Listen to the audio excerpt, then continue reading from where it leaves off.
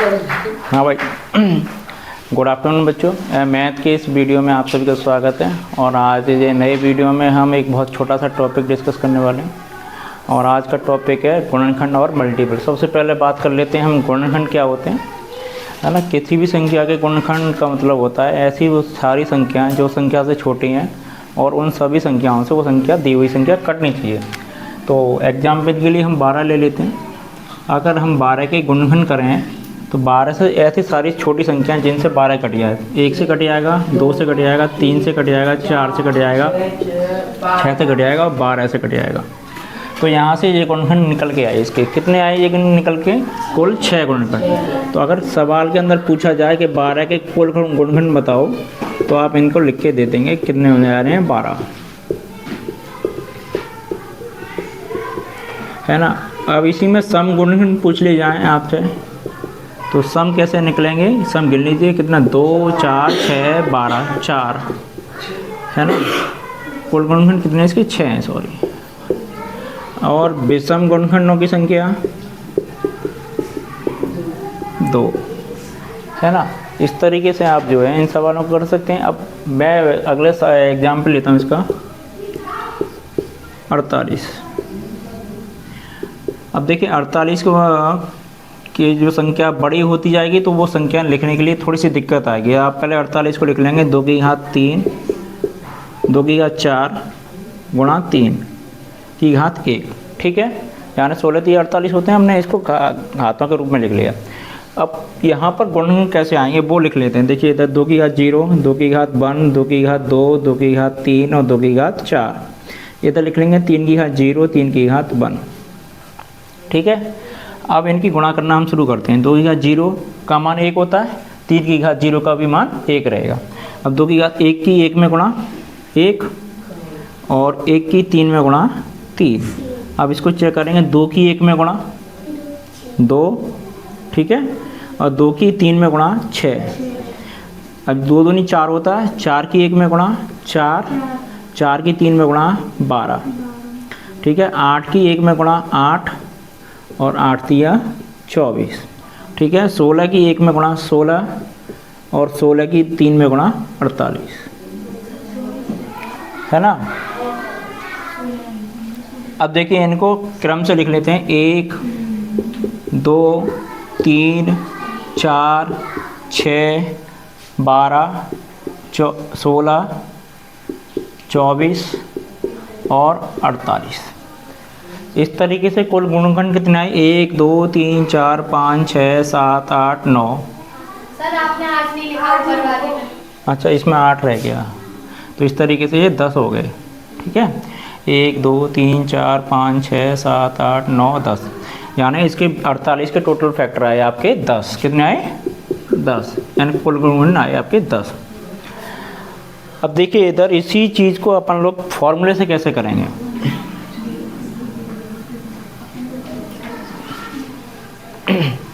है ना। अब देखिए इधर जो भी घात दे रखी है, जितने भी है ना, इनमें एक एक जोड़ के आपको गुणा कर देनी है। तो यहाँ से कुल गुणनखंड आप निकाल सकते हो इजीली।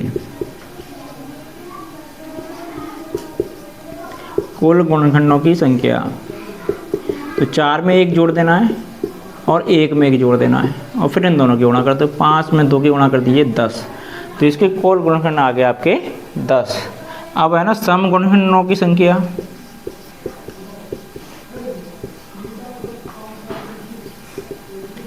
एक तरीका तो ऊपर वाला, इनमें गिन लो कौन कौन से सम है।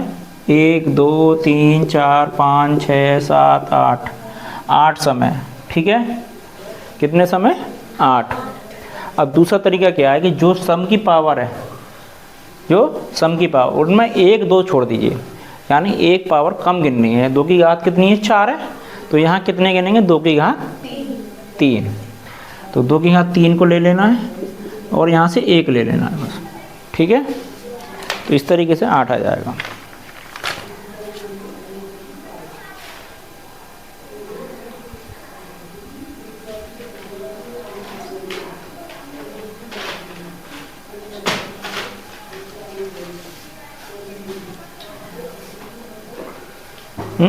देखिए समझिए इसको, अभी रुको, ऐसा नहीं है। 2 की घात बेटा जितनी है ना, ये 4 की 4 लिखनी है, जितनी है सम संख्या की जितनी घात है उतनी लिखनी है, ठीक है। और जो विषम है उसमें 1 जोड़ देना है, 1 जोड़ देना है। इसकी घात कितनी है 1, और 1 में 2 की गुणा, 1 में 1 जोड़ा 2, तो ये 4 दूनी 8। इस तरीके से आप सम फैक्टर निकाल लेंगे। विषम की बात आएगी तो विषम क्या, टोटल में से ये घटा दीजिए, विषम निकल आएंगे भाई। या तो संख्या सम होती है या विषम, या तो संख्या सम रहेगी या आपकी विषम। तो अगर सम पता है हमें तो विषम ये कैसे निकालेंगे, टोटल में से सम वाली आप माइनस कर देना। तो इस तरीके से बड़ी आसानी से आप निकाल लोगे। चलिए कोई बड़ा सा सवाल करते हैं और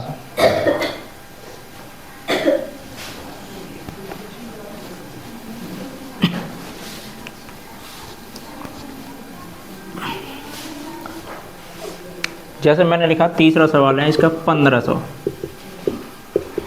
है ना। 1500 को पहले घातांक कैसे लिख सकते हैं, 15 गुणा 100 है ना। और 15 क्या होता है 5 गुणा 3, और 100 क्या होता है 25 गुणा 4, 25 गुणा 4। 4 का मतलब 2 की घात 2, यहाँ से 3 की घात 1, और ये 25 क्या होता है 5 की घात 2, तो ये 5 की घात 3 हो जाएगा। अब यहाँ से हम कुल गुणनखंड कैसे निकालेंगे, कुल गुणनखंडों की संख्या।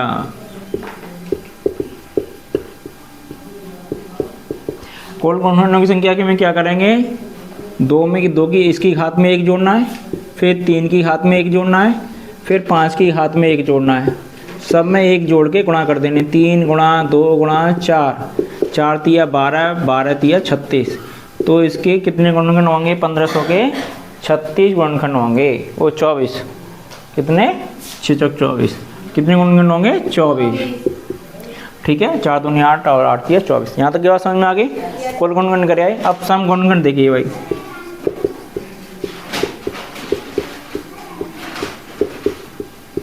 सम गुणनखंडों की संख्या। सम गुणनखंडों की संख्या कैसे निकालेंगे, मैंने क्या कहा, जो सम संख्या है उसकी घात बिल्कुल सेम टू सेम रखनी है, 2 गुणा विषम वाली में 1 जोड़ देना, 3 की घात 1, 1 में 2 जोड़ 1 जोड़ा 2, 5 विषम है, 3 में 1 जोड़ देंगे 4, 4 दूनी 8, 8 दूनी 16। तो इसके सम गुणनखंड कितने आए 16, ठीक है। अब आगे विषम देख लीजिए। विषम का क्या करना है, एक तरीका तो ये टोटल में से आप जो है माइनस कर दीजिए, ठीक है। और टोटल में से माइनस कर दीजिए तो कितना है 8। दूसरा तरीका क्या है बेटा, आप सम वाली छोड़ दीजिए, सम वाली जितने भी घात है, कितना अकेला 2 आ रहा है इसको छोड़ देंगे, बाद बाकी जो विषम आ रहे हैं उनकी घातों में 1 1 जोड़ के गुणा कर देनी है। इसकी घात कितनी है 1 है ना, या तो ये तरीका यूज़ कर लेना, या ये देख लीजिए 1 में 1 जोड़ा 2, और यहाँ 3 था, 3 में 1 जोड़ा 4, तो नहीं 8। आप जो तरीका पसंद है उसको यूज़ कर सकते हो, ठीक है। अंतर वहाँ क्या करना है, सम वाले में सम की पावर सेम रखनी है, विषम वाली 1 1 बढ़ानी है। विषम वाले में सम पूरी छोड़ देनी है, विषम में वाले में 1 1 जोड़ के गुणा करनी है। ये चीज़ ध्यान रखनी है आपको। अब देखो सबसे काम वाली चीज़ जो तुम्हारे काम की है, इसमें आता है अभाज्य गुणनखंडों की संख्या।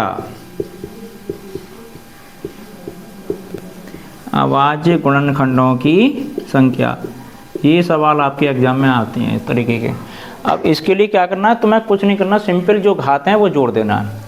अब इसकी 2 की घात कितनी 2, 3 की घात कितनी 1, 5 की घात कितनी 3, तो 3 और 1 4 और 1 6, बस उत्तर आपका 6 आ गया। कितना आ गया 6। इतना सा काम करना रहता है इन सवालों में। यानी 2 2 बार आया, 3 1 बार आया, 5 3 बार आया, ठीक है। तो अभाज्य गुणनखंड इस तरीके से निकाल लेते हैं।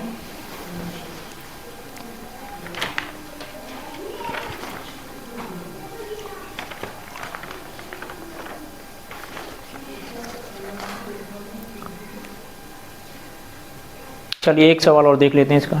लिख लिया भाई? Yes sir. अभी नहीं लिखा? लिख।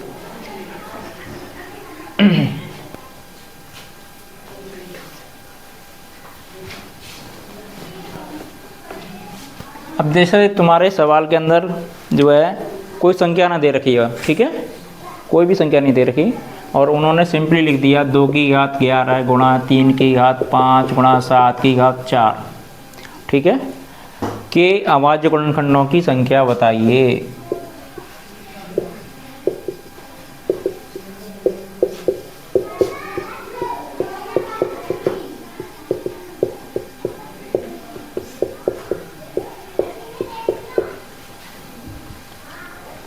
के अभाज्य गुणनखंडों की संख्या बताइए। और उसमें उन्होंने चार विकल्प दे दिए, है ना। तो क्या करना रहेगा, बस पहले तो ये चेक करो कि ये सारी संख्याएं अभाज्य हैं कि नहीं हैं। 2 अभाज्य है, 3 अभाज्य है, 7 अभाज्य है, तीनों संख्याएं अभाज्य हैं, ठीक है। सिंपल घातें जोड़ दीजिए, 11 + 5 + 4, 11 × 5 = 16, 16 × 4 = 20, ख़त्म कहानी। उत्तर कितना आ जाना है, 20, ठीक है। ये सिंपल तरीका। आगे अगर सवाल ये होता है, जैसे मैं लिखूँ 6 की घात 12 गुणा 3 की घात 7 गुणा 14 की घात 6 में अभाज्य गुणनखंडों की संख्या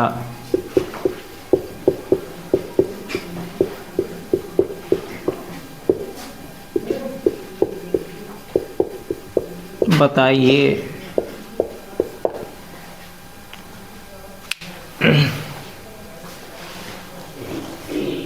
अब देखो करना क्या रहेगा इसमें, पहले तो वही चेक करना है अपना कि ये अभाज्य है कि नहीं है। क्या 6 अभाज्य है, नहीं है ना, 6 भाज्य है, ठीक है। ये तो 14 भी भाज्य नहीं है, तो पहले इनको अभाज्य संख्याओं में तोड़ेंगे। तो 6 को कैसे लिख सकते हैं, 2 × 3 की घात 12, ठीक है। 3 अपने आप में अभाज्य है, सेम ऐसी कैसा रहेगा। 7 को कैसे लिखेंगे, 2 × 7 की घात 6। यहाँ तक की बात समझ में आ गई। अब ये 2 की घात 12 गुणा 3 की घात 12 गुणा 3 की घात 7 गुणा 2 की घात 6 गुणा 7 की घात 6, ठीक है। अब इनको गुणा में घातें जुड़ जाती हैं, तो 2 वाली घात 2 के साथ जुड़ेगी, 2 की घात 18 गुणा 3 की घात 12, 12 × 7 = 19, ठीक है, गुणा 7 की घात 6, 7 की घात 6। अब इतना हमने लिख लिया, ठीक है। अब अभाज्य गुणनखंडों की संख्या के लिए क्या करना है, घातों को जोड़ देना है, सिंपल, बस। 18 + 19 + 6, 18 और 19 आप जोड़ लीजिए, कितना हो गया, 25, 25 में 18 जोड़ दीजिए, कितना हो जाना है, 33, 43। ये आपका आंसर आ जाएगा। तो इसका आंसर कितना आ गया, 43।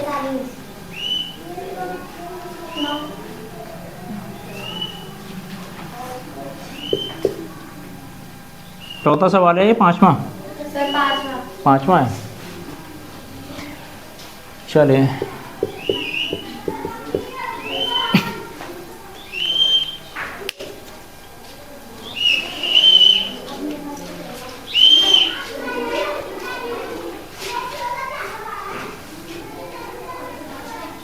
चलिए एक सवाल और देख लिए लास्ट, बस। अच्छा अभी इसमें मल्टीपल ही बताने हैं।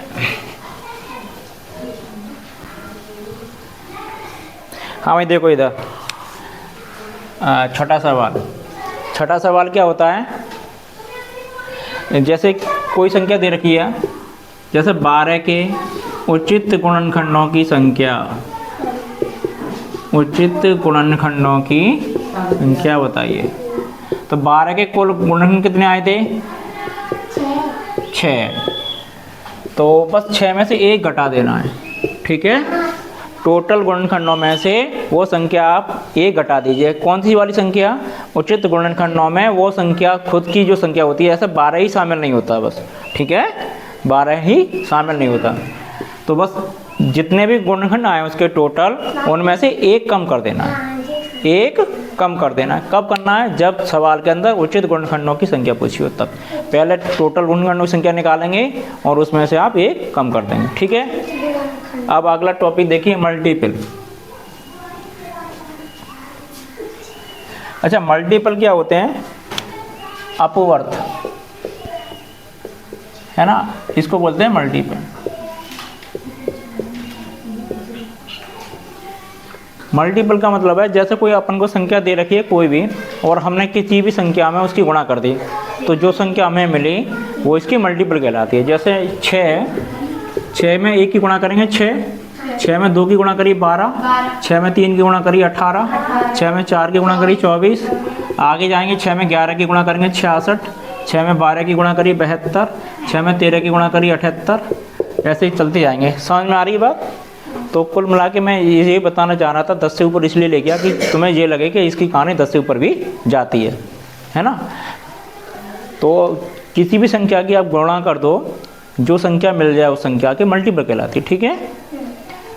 अगर हमने यहाँ से 6 में 100 की गुणा करी तो 600 आएगा, तो 600 भी 6 का 100वां मल्टीपल है।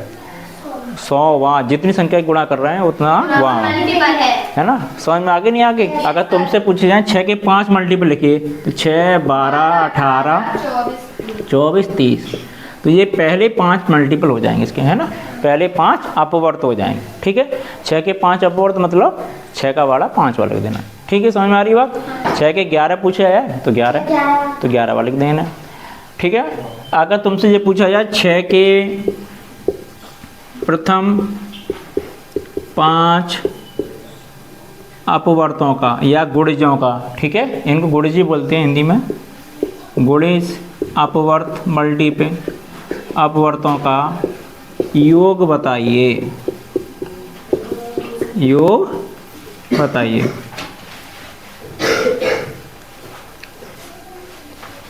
तो कैसे निकालेंगे? वही 6 में क्या है, 6, 12, 18, 24 और 30। 6 सब में कॉमन ले लो, 1, 2, 3, 4, 5, ठीक है। अब क्या रहता था, यहाँ था 5 संख्याओं का योग पूछा, तो उसका तरीका क्या रहता है, 5 गुणा 6 बटे 2, है ना। जितने पूछा उसमें 1 जोड़ो और 2 का भाग दे दो 3 बार। 5 दिया 15, 15 छक्के 90, ये इसका उत्तर हो गया। इस तरीके से आप इन्हें निकाल सकते हो। तो पहले मल्टीपल और फिर मल्टीपल का योग, ठीक है भाई। आज के वीडियो में बस इतना ही, इस टॉपिक इतना ही सा था। अगले वीडियो में हम लासा मासा की बात करेंगे।